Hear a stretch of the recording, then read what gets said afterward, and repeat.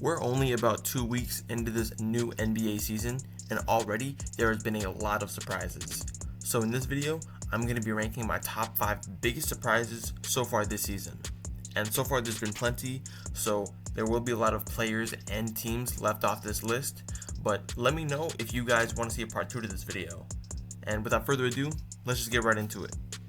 At the number 5 most surprising thing this season, I have the Chicago Bulls being a very good team to start the season. As of recording this video, the Chicago Bulls have a 6-1 record and are 7th in offensive rating and 11th in defensive rating. The Bulls' incredible start has been in large part due to Josh Giddey, who ended last season playing incredible and has carried it over to this year and has improved. So far in 7 games, he's averaging 23 points, 10 rebounds, and 9 assists a game on an unreal 50% from the field and 42% from 3. And mind you, the Bulls are doing this all without their best scorer in Kobe White, who has yet to make his season debut. And by the way things are going, when he gets back, this team may look even better than they are now. Now, Josh Giddey's production is sure to drop a little bit as the season goes on, especially his 42% from 3. For almost anybody, that level of efficiency is not very sustainable, and Josh Giddey has been a career 33% three-point shooter and really only started shooting well from distance since joining the Bulls. But I do hope I'm wrong on that.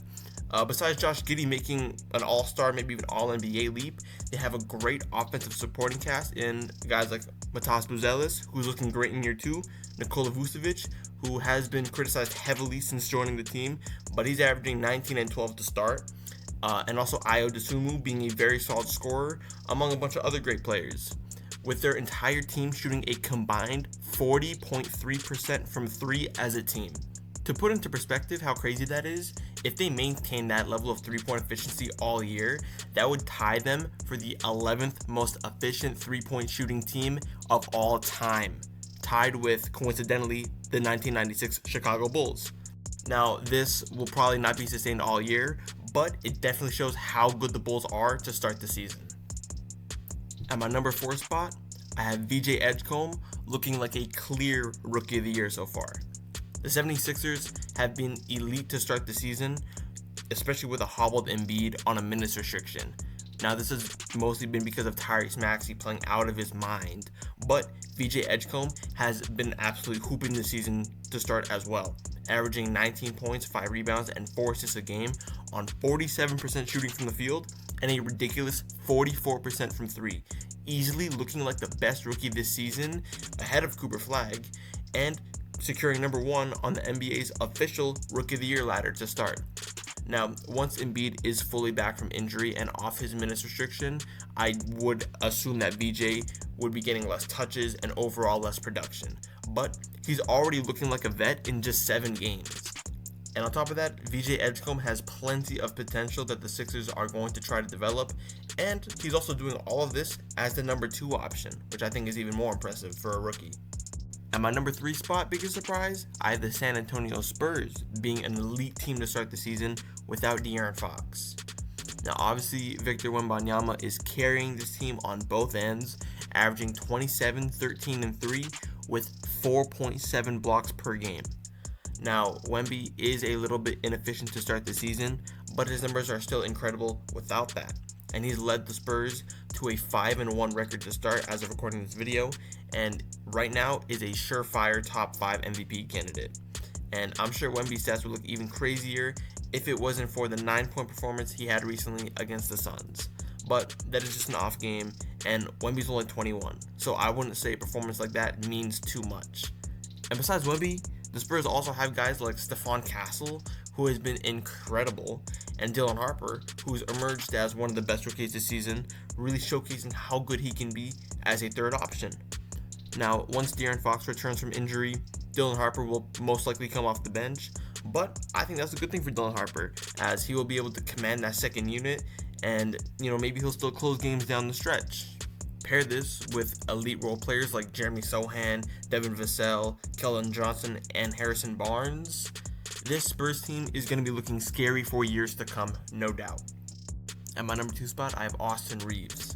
AR in the first week of the season was looking absolutely unstoppable, averaging a ridiculous stat line of 35.8 points, 6.8 rebounds, 8.5 assists, 1.3 steals on 58% shooting from the field, 39.4% shooting from 3, and 87.8% from the free throw line.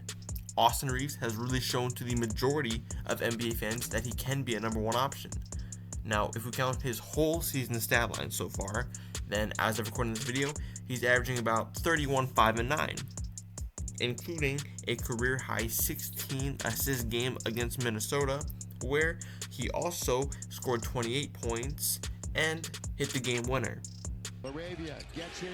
Reaves now with 5, with 4, with 3. Austin down the middle he goes to win the game! To win the game! Now, Luka Doncic is obviously the Lakers' best player, and the biggest reason why the Lakers are so good to start the season without LeBron. But Austin Reaves is for sure helping this team just as much. And by the time LeBron gets back into the lineup in mid-November, this team may be one of, if not the best team in the league, with 3 players having the potential to make All-NBA this season. Now finally, at my number 1 spot for the biggest surprise so far this season, it has to be the massive scoring boom we've seen to start the season. Everyone is putting up crazy numbers, from Aaron Gordon putting up 50, Shea having a career high 55, with 26 free throw attempts by the way, and other guys like Tyrese Maxey, Austin Reaves, and a plethora of others scoring a ton, with a mind-boggling 19 40-plus point games league-wide in just the first 2 weeks. Now, I don't think there's any one specific reason why everyone is going for career highs right now, but it's definitely fun to see so many high-scoring games, especially when it comes from a player you wouldn't really expect to put up 40 or 50. Now, that's the end of this video. If you enjoyed, please be sure to like and subscribe, and let me know if you agreed or disagreed with anything I said in this video in the comments below. And if you did enjoy this video, then please be sure to check out my last video where I gave you all my predictions on every major NBA award going into this season. Now with all that said, that's it from me, and I'll see y'all in the next one. Peace.